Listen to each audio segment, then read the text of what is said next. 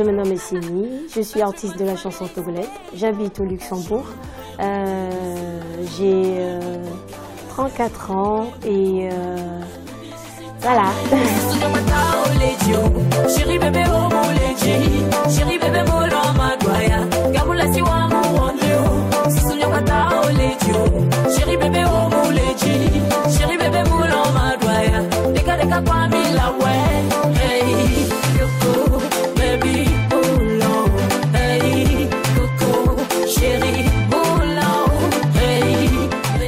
Moi, j'ai commencé la musique en juillet 2014 et c'était avec l'artiste Omar B, le single titré Anjo.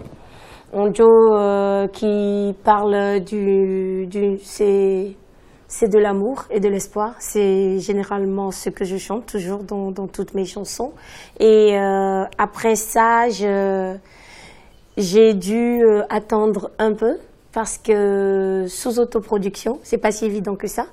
Et après, je suis revenue, je crois, un an après, avec le single Sifu. Et quand j'ai sorti le single Sifu, j'ai rencontré sur mon chemin un jeune homme nommé Deogracias Kodo, qui était animateur à la radio Zéphyr, et puis qui a dit « je vais t'aider ». Donc, si je me souviens bien, à l'époque, j'avais 76 amis qui me suivaient sur mon compte officiel Esseni. Et Deogracias Kodo est arrivé, il a essayé de démarrer les choses d'une façon ou d'une autre avec Sifu. Voilà un peu comment ça a démarré. Bon, déjà, moi, je chante toujours l'amour et l'espoir parce que d'abord, moi, je pense que l'amour prime tout. Tout. Alors, moi, quand on parle de l'amour, pour moi, l'amour, c'est quelque chose qui renforce. Ça renforce l'âme et ça le revigore aussi. Peu importe le type d'amour dont on est en train de parler, que ce soit Eros, Agapé, Philias, l'amour, c'est ce qui, dès qu'on commence à ressentir de l'amour, on a la paix du cœur et de l'âme. Donc c'est pour ça que moi, je chante toujours l'amour. J'ajoute de l'espoir, parce qu'il est clair que c'est pas évident de vivre aujourd'hui. La vie n'est plus évidente. Donc c'est d'ailleurs pour ça que dans mon single, mon 3e single qui est titré Gamelasu, j'ai lancé un concept avec ce single. Il s'agit du concept du sourire jaune. C'est quoi le sourire jaune? Tout le monde peut le comprendre. Quand il y a sourire jaune, un sourire qui est jaune, c'est un sourire forcé, hypocrite d'ailleurs. Mais on peut très bien changer un sourire jaune de façon à ce que ce sourire attire des ondes positives autour de soi.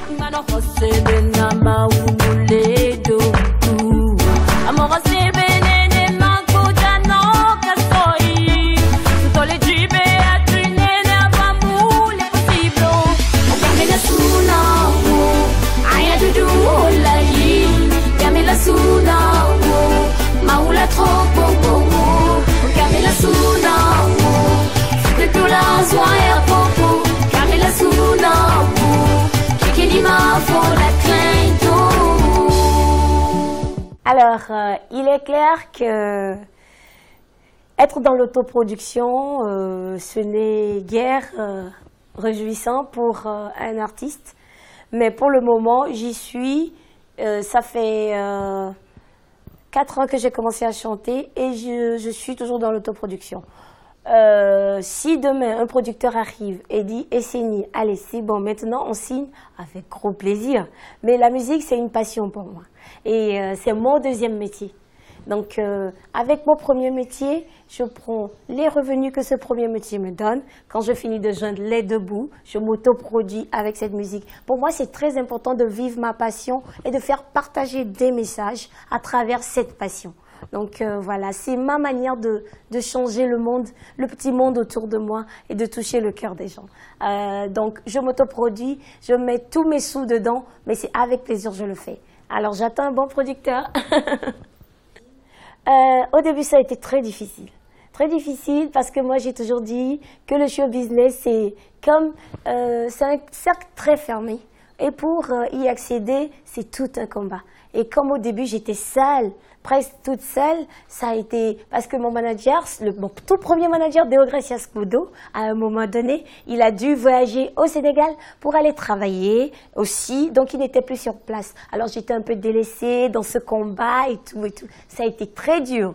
Mais ça m'a laissé le temps de m'imposer au Luxembourg. Au Luxembourg, quand on parle des artistes africains, je fais partie des artistes africains connus sur le territoire luxembourgeois. Au Togo, ça commence à venir justement. Il faut que je fasse cette promo. Je me vois mal être togolaise, en train de chanter, en train d'avoir une côte à l'extérieur et que dans mon pays, je ne sois pas connue. Donc c'est en train de venir, je commence à être connue, je suis contente, voilà.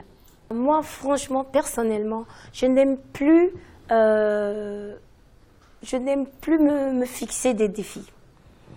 Pourquoi? Parce que ça devient un stress de tous les jours, c'est-à-dire il faut que j'arrive à faire ça, il faut que je fasse ça. Alors, on ne vit plus avec des défis quand on se met des défis.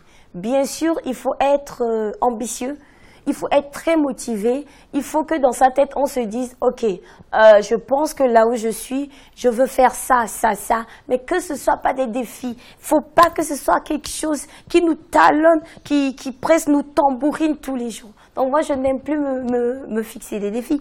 Donc qu'est-ce que je peux juste dire, tant que la musique vivra, et Seni existera. Franchement, pour être sincère, ça va faire bientôt 2 ans que je suis en train de réfléchir à la sortie de l'album.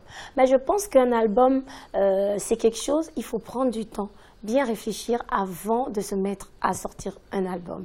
Un album, quand ça doit sortir, il ne faut pas faire un album juste parce qu'aujourd'hui, je vois certains artistes qui sortent un album parce qu'un artiste doit avoir un album. C'est vrai, mais un album, il faut une qualité, il faut un message qui doit être véhiculé, il faut toute une structure. Un album doit être structuré. Alors pour ça, il faut du travail et du temps.